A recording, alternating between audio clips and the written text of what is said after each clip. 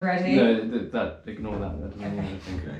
I'll give you. Stop getting excited about Guys, the just sit Oh. still. Ooh, We're something's live. happening. Hang on. We're live. Woo! Hello, Electroheads. Are we live, Cole? Are we definitely live? There's a bit NASA in here. You don't look we very got failure sure. to launch. No, We're we're live. Yes. Eilish, kick us off. Yeah, hello guys. Thank you so much for joining us. Connor is going to be tweaking with the camera a little bit, so apologies for the movement. So we are here today with obviously Jack from Electroheads. Hi, I'm Jack. Myself, Eilish, if you don't know us. And this is Mark, our e-scooter expert from Personal Electric Transport, good friends of ours. Hello, Mark. Hello. Yes, I'm Mark. Expert. Interesting. Yes. Great. Cool. Yeah, awesome. So we wanted to come together today just because we wanted to do a live Q&A session to talk about whether or not electric scooters are ever going to be legalised here in the UK. We have a lot to talk about, and I'm sure you guys at home do as well. So please do make sure whilst you're watching this to throw in any questions that you have, any comments, any opinions, because Cole behind with the camera will be reading them out and we will be talking and discussing all together as a community. 100%. Yeah, last time we did one of these live streams, we had a whole bunch of things to talk about, and then we ended up just getting really distracted by all the amazing questions we got asked, and we welcome that. So any questions about e-scooters, legality surrounding them, any of that stuff, now is your chance to ask an expert and also me and Eilish. Just me and Jack, An expert and two casuals. So where do you want to kick it off, guys? Yeah, well, so I'm going to start off. Essentially, if anybody's been keeping up with the news recently, it has been announced that essentially the London trials, they've been taking a while for the e-scooter trials, and it seems that legislation is being essentially postponed for at least another year. I mean, it's already been a year essentially since electric scooter trials were announced to be taking place. So we're already kind of a year in, or nearing a year with the trials launching anyway. So I'm just wondering what's going on. Why is this taking so long? Well, okay. So from my perspective, we were aware that there didn't seem to be. So there was a big announcement at the start of COVID. If you remember, it was rushed through. It was generally seen as a good idea that we all needed different ways to get around town, which were COVID safe, and micromobility seemed like, you know, a potential component to this, a good solution. So quite rightly, the government moved forward with plans for the trials, although London was incredibly slow to take part. And we were contacting councils who either said, no, we're definitely not taking part. There seemed to be some sort of political undertow to it. So this was a Conservative Party initiative. Obviously, lots of London is not, how can I put it politely, Conservative. So that seemed to be a factor, which was a real shame because it didn't help Londoners. TfL didn't want to know. And I think that's been the cause of the delay in London. Now, whether that there have been successful trials running in different parts of the country. There's now a reasonable data set, which we talked about before, actually, which is, and the initial data is good. I mean, to a certain extent, we're fortunate there've been no serious accidents, no fatalities, no hospitalizations. And I think the figure was 2 million journeys so far, and I think that was a few weeks ago. That was in April. It was 2 million journeys, 0 fatalities, 13 bumps and scrapes. Pretty much. I mean, I think that was a Which sprained sounds ankle. like fantastic. It's great results, but ultimately, I personally believe, in my opinion, that the trajectory of the figures will basically mirror push bikes.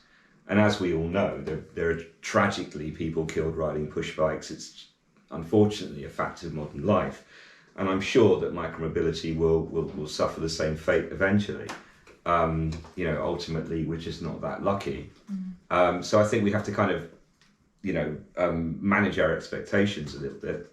But as I said, I think if you draw a line in terms of like serious bicycle injuries, I suspect that e-scooters will follow a similar line.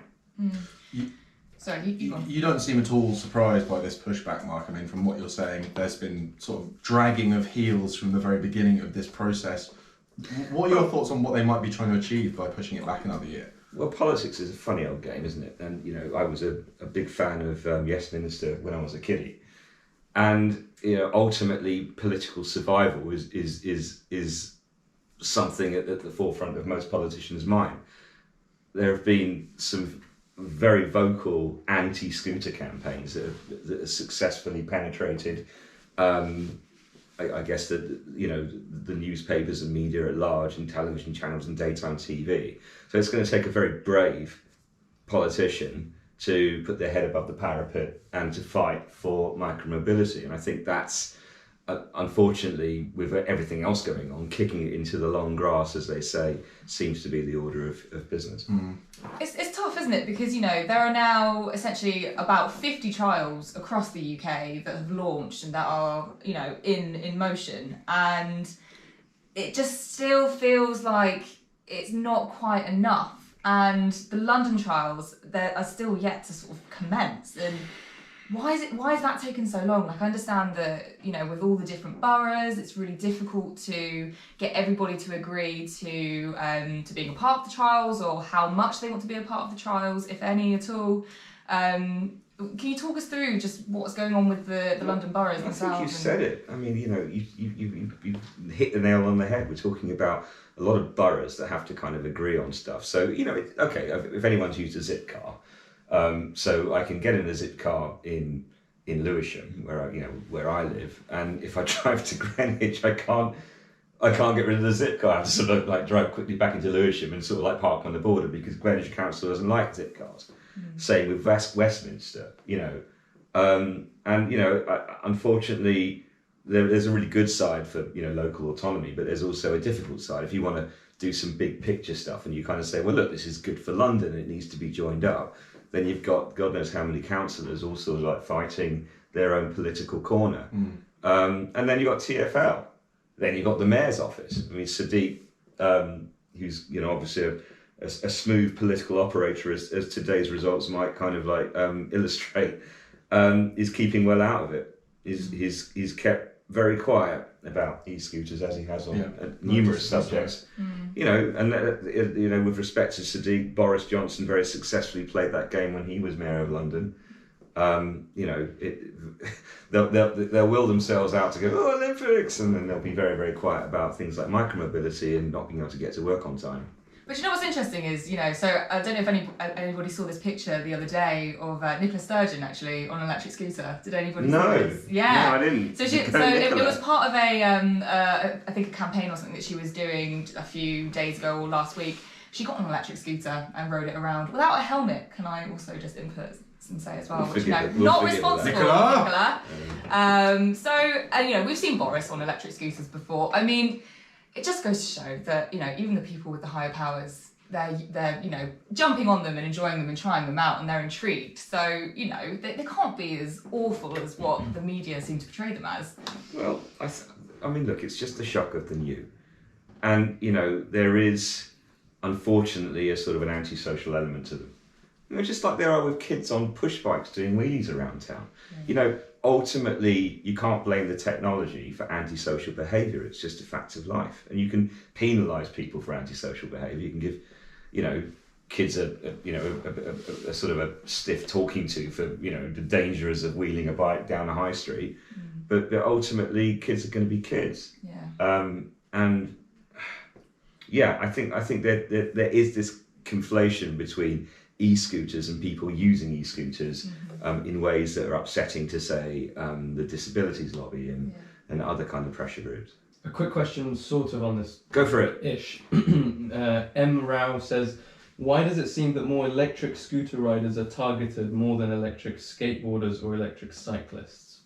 Interesting. Targeted as in with the... Getting pulled over more, getting their stuff confiscated more? Interesting question. That is an interesting question. Because it's a hot potato, isn't it? And, you know, the police are in a particularly difficult position. They've obviously been told to clamp down on on the many thousands of electric scooter riders, getting to work on scooters around town, around London especially, and so they're targeting electric scooters, and they don't particularly understand sort of other kind of more niche kind of pastimes like electric skateboards or EUC. The bikes and the boards can better pass for being acoustic, as we like to call them, non-electric. An electric skateboard, an electric bicycle can often pass for regular boards and bicycles. There is that, yeah. The scooters, you don't. I mean, you do see the occasional weirdo actually pushing a push scooter. Well, are they, or are they just very smart? Or are they geniuses? Yeah.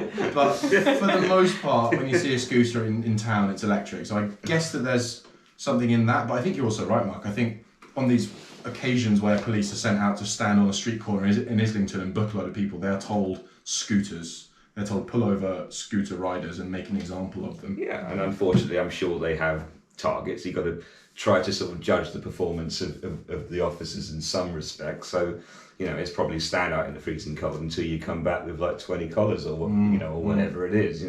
So yeah, unfortunately, that's the reality. In terms of the e-bike thing, I mean, any Londoner will be able to tell you that the whole of the courier market and Deliveroo and Uber Eats market are pretty much riding maxed out e-bikes. Oh god, yeah. They're all just motorbikes with pedals. And for good reason, and it's a really good solution. Yeah. I mean, hello, so I mean, hopefully the police are kind of backing off because they have a little bit of understanding about what it is to kind of to move goods around in London. Just before you do that, guys, if you're joining us late, hello, I'm Jack, that's Eilis, this is Mark. Hello. We're talking e-scooters and legalisation and all things surrounding that today, and we want your questions and comments, so make sure you leave them down below, and Cole will read them to us like he's about to this one, aren't you, Cole? Yeah, so on the topic of what the last question was, people are kind of really backing it and kind of getting quite... fumey about it. Understand. we get cross too. Yeah. There've been several questions kind of around that same topic, and I think we've kind of answered the question. But one thing e-scooter guy says, fair point. Kids can go 20 to 25 miles an hour on bikes on roads. I think he means normal bicycles. Push bikes, yeah. Yeah. Pavements, fields, anywhere. Yet adults can't use electric scooters, even the ones that can't go that fast. E-bikes cut out at 15.5 miles per hour. Sure. But you can go faster. So it's not a question, but it's a valid point. Yeah. And then Makuz, I'm not sure, 888 says, any updates on the rest of the UK outside of London? As we said, the trials are running successfully in major cities across the UK, with London bringing the rear. I think there's the London trials about to launch. As we mentioned the statistics so far. Fortunately, there haven't been any fatalities or hospitalisations, and last count was 2 million journeys, which was 13 trips to the moon and back in terms of kilometres covered. So there's a fair data set which is already emerging. I mean, there's been the odd story about kids in Newcastle having a giggle on scooters, and kids are going to be kids, but I can't see. I mean, you don't see like a bunch of kids having fun on bicycles and the headline in the Sun the next day is ban bicycles, bicycle terror in Britain. It's just it just all goes back to harks back to the idea that this is a very new thing and people want to vilify something that's new because they're scared of change. They don't understand it, and that's essentially what it is. But also it's new, and people want to try it. My mum wants to try it, as you said. Nicola Sturgeon wants to try it. It's that House of Lords debate the other day. When one of the baronesses said, "Well, I tried one in my back garden, and it was loads of fun. And I can see the appeal." I mean, ultimately, it's the shock of the new. People will try it. They'll understand it. Generally speaking, the first time someone jumps on an electric scooter, they kind of get it 20 yards down the road. Yeah. And as soon as that happens, and then people kind of clock that, actually, maybe this is a better idea than nipping half a mile down the road than getting in my SUV and murdering the planet. So that's the big takeaway. I can't help but feel that that's potentially another outcome of extending these trials, is you're only making more time for people to try one, love it, and then go, wait, so I'm just going to buy my own because that makes way more sense, and it'll be better and safer because it'll have suspension and I won't have to go find one every day. If anything, they're probably pushing more people onto currently illegal privately owned scooters, because they're sort of giving them a taste of how fantastic it is, and then dragging their heels with actually following up. Look, I think that one of the strengths of British society is our politics is stable, and our laws are stable, and we're not into kind of rushing headlong into something that's new just because it's new. And so, whereas some of our European neighbours kind of rushed into it and got themselves into trouble, we haven't done that. However, it's now 3 years later, and the horse has bolted. The technology is out there. We can't wind back time in London. There seems to be as many people on scooters as there are push bikes. It's the thing, people don't want to wait anymore. Everybody's taking the law into their hands and essentially going out there on their personal scooters and, doing what they should be doing on them is, riding them to work and back. This feeds into the whole vilifying of e-scooters in the media of, the kids, running rampant through shopping centres and going down motorways at 50 miles per hour and, it's, very few people have been doing this, and it's just a shame that it could essentially tarnish what would be an incredible new mode of transport that could just change the face of cities. I think that the vast people that, in terms of PET and our customers, the vast majority of our customers are working Londoners who need to get to their shift on time, to work on time, especially people who are working on sociable hours. Yeah. They need a scooter to get them to work. There's little choice. So the vilification, sort of language that was used in the House of Lords is inappropriate, disappointing, and quite frankly out of touch. I think terrorism was used at one point, wasn't it? Terrorising, miscreants. It's just not on. No. God. So, the other point about London is because there's so many scooters out there is a viable data set. We can go around the hospitals and we can figure out exactly how many people have been involved in, scooter versus car, or what else, scooter versus pedestrian, and we've got some real data there. Yeah. So, we could make use of that and put forward, a case to speed up regs and speed up legislation. Personally, I don't think it's going to happen. I think we're looking at spring next year. But then, we come on to the idea of perhaps we're at the point where an amnesty up to that point might be a sensible approach, where you increase the level of fines for people riding unsociably and on pavements. But if you're riding with a helmet, doing the speed limit in cycle infrastructure and on minor roads, let's just say that's okay. Until such a point that there's proper regulation. Yeah. Quick question we have here from David Lovick. What does everyone think the outcome of the trials will eventually be? That's a good question. London or outside? It's obviously taking a long time, but in terms of that final decision, which way are you leaning at the moment? You know what? Do you remember we were watching the House of Lords thing, and one of the Lords actually put forward an interesting question, and he said, "Well, look, we understand that the trials are taking place, but how are you judging? What would you say is going to be success? What's the metric? A good result? Yeah, what's the metric you're using?" And of course, the Minister for State couldn't answer. They want to give themselves as much wiggle room as possible, which is understandable. However, when I was listening to her arguments and the statistics that we've given about the 2 million journeys, I'm personally worried that we're not being realistic about what we should be expecting from so many journeys on what is effectively another type of bicycle, two-wheeled vehicle. It seems to me that if there are a certain number of injuries and fatalities on bicycles, then pro rata we should be expecting the same on electric scooters. And that's how we should be measuring it. Yeah.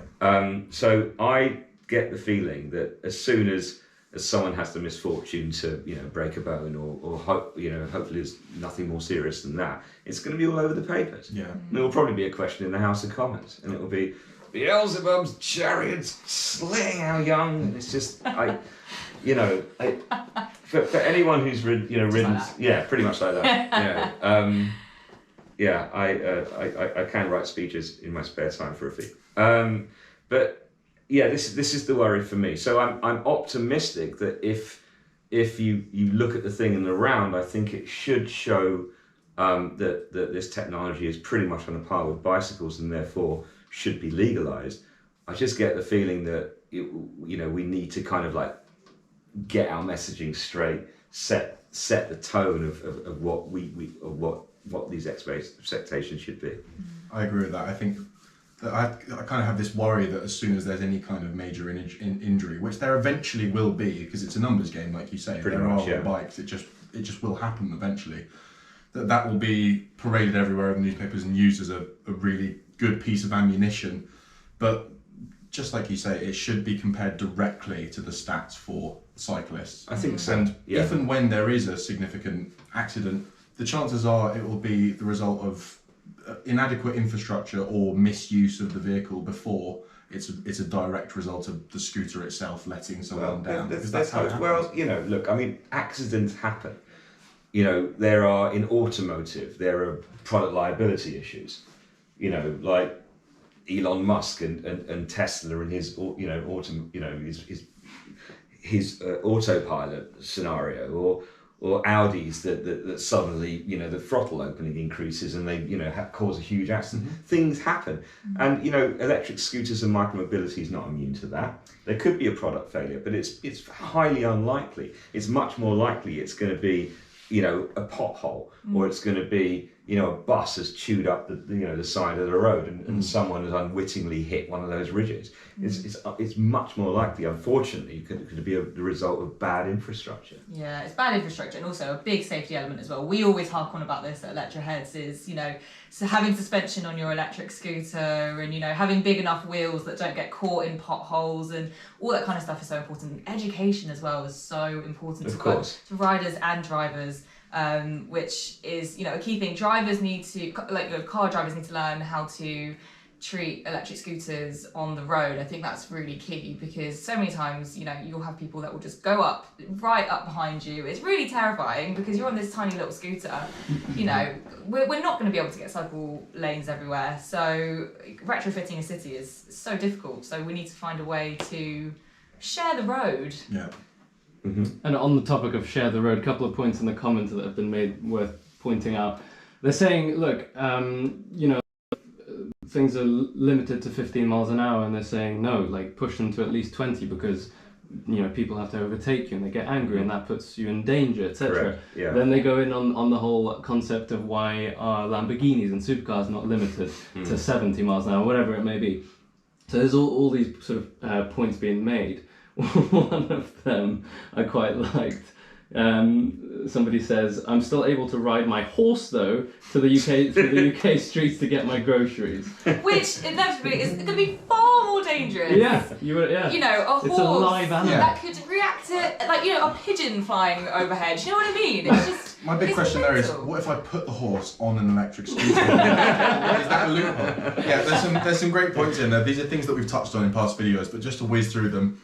50 miles an hour, not fast enough. Completely agree with whoever made that comment. Mm-hmm. We are all agreed that 20 feels safer because you're not having buses and cars whiz by you every second. Being able to keep up with traffic is safer, and 20 miles an hour doesn't feel insanely fast on a scooter. And to your point about, you can drive a Lamborghini down a 20 mile an hour street, Mark has used that exact example on me before, and it's so incredibly true. We're not suggesting that you should be able to buy a 60 mile per hour hyper scooter without any kind of paperwork. That may be, I think you've mentioned this idea of a two-tier system, Mark. For sure, yeah. 20 miles an hour and under stuff, just you can have one, like a bicycle, no problem.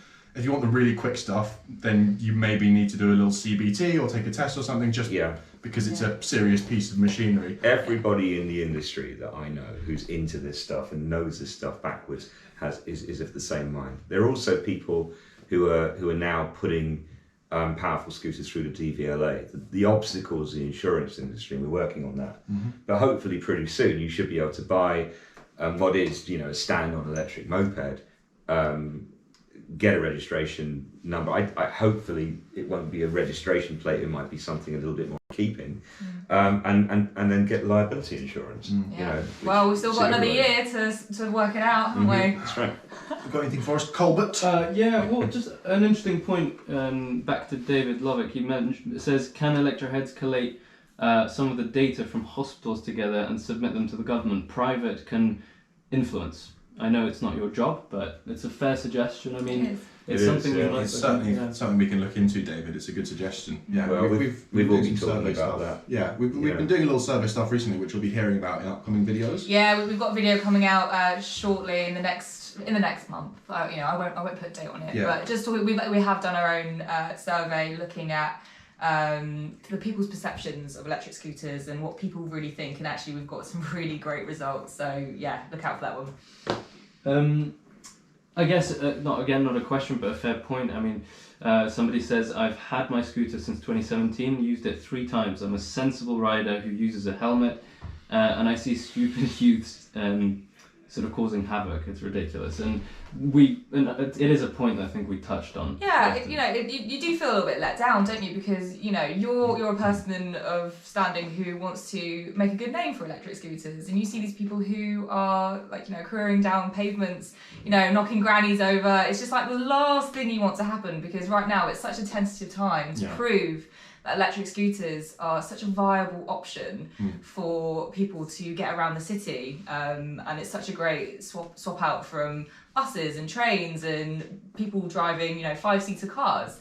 It's disappointing when you see it. Yeah. I think once technology matures, then there's always going to be an element of antisocial behaviour that makes use of that. I mean, look, we all use mobile phones. But how you've sat in the cinema and someone decides to sort of get their phone out and have a large loud conversation on it. It doesn't mean that we ban phones. It's. I love that. It's the message that we're always trying to slam home. Like, it's not the technology that's at fault when you see a 14-year-old zooming along the pavement. Yeah. And that's the rider is at fault there. And when we're in this kind of Wild West situation where it's just flat out illegal, that's the problem. It's difficult to separate the ones who are misusing it from the ones who are using it fairly. Well, that's it. So that puts our police, especially in London, in an impossible position. Because they're basically being tasked. So this is illegal, this is absolutely reprehensible, how dare they try to get the work on time and efficiently? It's insane. So they're by the side of the street in the freezing cold, pulling working men and women over. And then a kid sort of drives by at 40 miles an hour with his pants on fire and scaring the hell out of everybody. and the cops I think if you gave police clear guidelines and said, look, there's a responsible way to use this technology, allow Londoners to use it and then focus on people sort of using it irresponsibly and focus on them. I think the disabilities lobby makes, especially the partially sighted and blind charities make really, really good points about safety and about this technology used in such a way that doesn't compromise their ability to walk down the street. And this is something that all people in cities just need to take special care of. And the police need to have their backs on this. But unfortunately, just banning the technology, some kind of blanket ban, like trying to roll back time, is not going to work. We need a constructive dialogue here. I'd just like to drop something in. So last week, actually, there were figures published that revealed a number of crimes were being committed on electric scooters, including robbery and assault. What's your response to that? I mean, unfortunately, especially in our city, stuff happens. Yeah. We all know it. And they happen on mopeds. They happen on mopeds. They happen in transit vans. They people happen going on around buses. London Angel on mopeds with machetes in their backpacks. It's just not to make light of the situation, but I personally find it very difficult to take my hands off the handlebars of electric scooters. So I don't know how. It's true. Anyway, I'm sure that there's been some of that going on, as there is on mopeds, as there is on bicycles. Again, that is not a reflection of the technology. No, and criminals will always seek an advantage. When mobile phones were introduced or pagers were introduced, they took to the technology in droves. There'll always be early adopters. I mean, when the sort of the original sort of fast Jag saloons came out back in the day, the criminals all drove Jags because they were fast as getaway vehicles, and they had them before the police got them. Yeah. And guess what? They're all on powerful scooters, and probably the police will be equipped with powerful scooters, hopefully in some future. I think it's the few that ruin it for the many essentially. For sure. Yeah. For sure. Yeah. I suppose a question more maybe from me, or sort of a topic of discussion.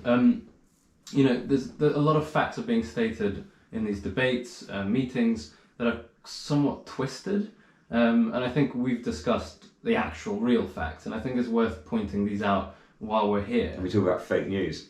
Yeah, well, not fake. Post-truth. The incorrect stats, basically, Of course, the real stats, and what we should be focusing on here, because obviously people in the comments are talking a lot about the many other problems that are being caused on the streets, nothing to do with personal electric transport, but more so, just bicycles doing wheelies on streets. There's a lot of comments basically around the topic of illegal activities on the roads, but that's not being addressed effectively. But let's look at the hard facts that we've discussed many times around the incidents about scooters and whatever, anything electric. It's actually not that bad. If you compare it to cars, exactly. Like the injuries, deaths, crashes that are happening every day, when you compare it to electric scooters, it just, it speaks for itself, really. I think look, traffic is an issue in all of our cities, and London has it worse as far as I can see. When it gets to the point where a little girl loses her life to asthma, and the courts rule that actually, like, the council was liable for manslaughter because the air was so dirty where she lived. I mean, it's just horrendous. I mean, it's 2021. I mean, I came back into town the other day, crossed the bridge at Vauxhall Bridge, and it took me an hour and a half to get from Vauxhall Bridge to Brockley by car. Yeah. An hour and a half. It's not good. I mean, and that's normal. I was like, okay, was a nuclear bomb gone off, and it was nothing. There was absolutely no reason for it other than waiting traffic. Yeah, we're doing that Londoners thing where we just talk about London like sorry. We're going to try not to, but it's hard not to do. But you're so right. And the other thing that we have, is certainly in our city, but probably in many of the other major cities in the UK as well, is Definitely. It's really hard to take these narrow Victorian streets and then somehow re-engineer them so that you've got room for cars and bicycles and electric stuff. So we are sympathetic to the fact that, like, creating the infrastructure that we really need to make this stuff really safe is not going to be easy. It's going to require radical change to what our streets look like in central London. But we think that's what needs to happen, and that's what makes cycling and scooting safer. I think people are nervous about radical change, but all I would say is when technology provides an obvious solution to a problem, the take-up rate can be incredibly quick. I mean, mobile phones being smartphones. I mean, I remember seeing the first iPhone, and the first iPhone didn't work. It looked great, but it just didn't work. It was a crap phone, and nothing worked. But anyway, sorry, Cole's just holding up a sign. We're trying to work out what it is. So yeah, I mean, I think that, where am I going with this? I think if technology can provide an answer, so such as micromobility. So suddenly with our streets, there's cargo bikes, there's different ways to move, goods around town. The couriers and food delivery guys have all taken to technology. Lots of, Londoners and also in other cities now, people have taken to the technology simply because it provides a better solution than buses, trains, cars, and the rest of it. Yeah. So, it's not that radical. It really isn't.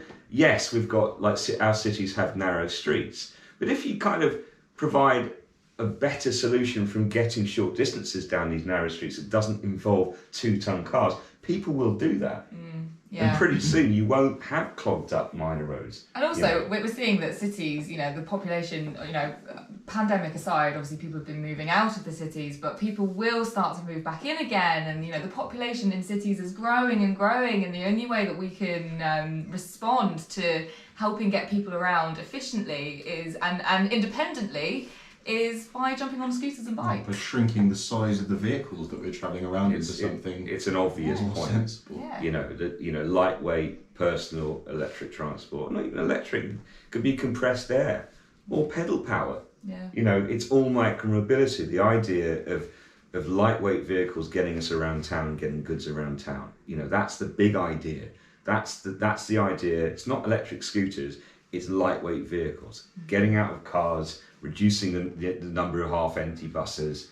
You know, this is what's going to free us from this disaster that most cities are looking like these days. So, I mean, we're sort of coming towards the end of the stream now. I think we've got about 5 minutes left. But, you know, where do we think this is all headed? It's only heading one way. I mean, you know... It has to happen. It has to happen. It's 2035. If we're talking about cutting our greenhouse emissions by 78% since 1990 to 2035, there's only one way to do that. And it isn't swapping out our ICE cars for electric cars. It's not having a 3-ton, you know, SUV with a 150 kilowatt hour battery. That's not going to do it. You know, love electric cars, great for going from city to city. Getting around cities, not so much. You know, if we're going to do this, it's got to go one way. Yeah. Yeah. Any absolute worldies to finish on there, Cole? I mean, I suppose a couple of points. Can you guys collaborate with e-scooter retailers to get them to get the government on board quicker, get more people to sign petitions? We are doing. That's what this guy is. An e-scooter You retailer. need an e-scooter to talk to Roll this up guy. now. Experience the technology firsthand. So yeah, look, I mean, we're linking arms with a network of the better e-scooter retailers across the country. We are making plans, but ultimately, kind of comes down to cash. There's a lot of money at play to get those headlines into the red tops and to get those questions in the House of Lords and the House of Commons, to get on daytime TV. There's a lot of money being spent by disabilities charities. I feel that's a real shame. I just wish they'd come and talk to us and wish we could collaborate to work out a solution, because I know every responsible e-scooter rider would be absolutely into solving that particular problem without banning the technology. Yeah. But yeah, I mean, it comes down to money and time, but we are looking into it.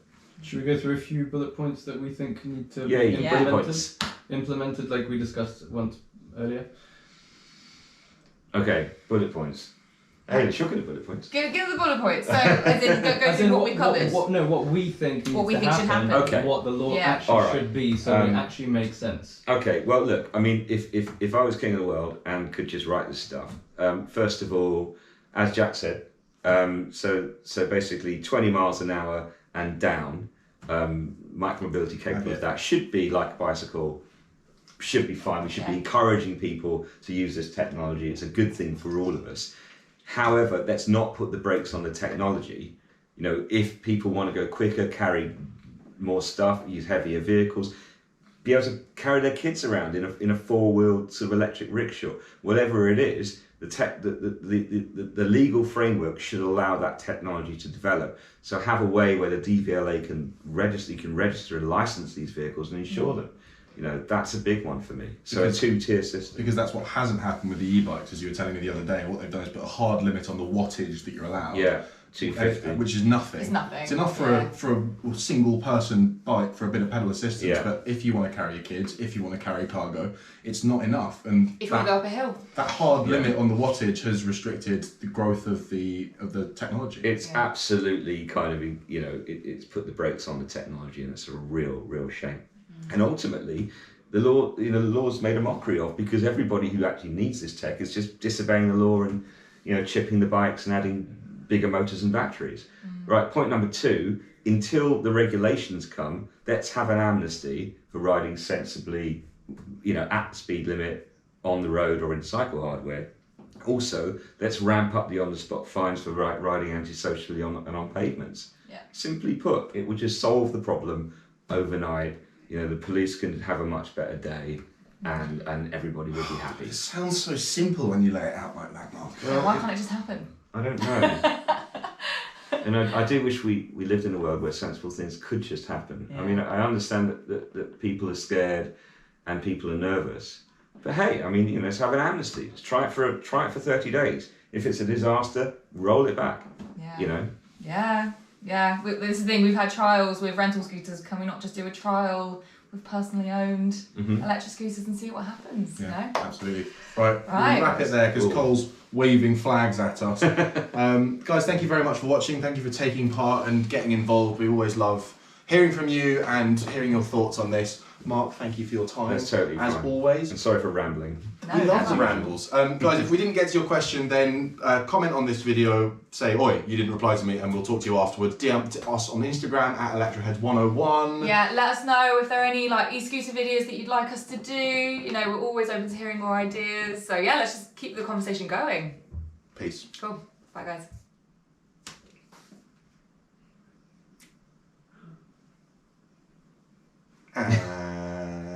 There's a buffer. We Run out of water. Guys, This is just hydrate. the little bonus section for the true Should we sing a song? The behind the scenes. Yeah, what should we sing? I don't know any songs. God, thank God that's over. I hate electric scooters. Just kidding, guys. Just kidding. Love them. Cole, you're looking worried. He can't unlive us. We're broadcasting forever. It definitely happened because we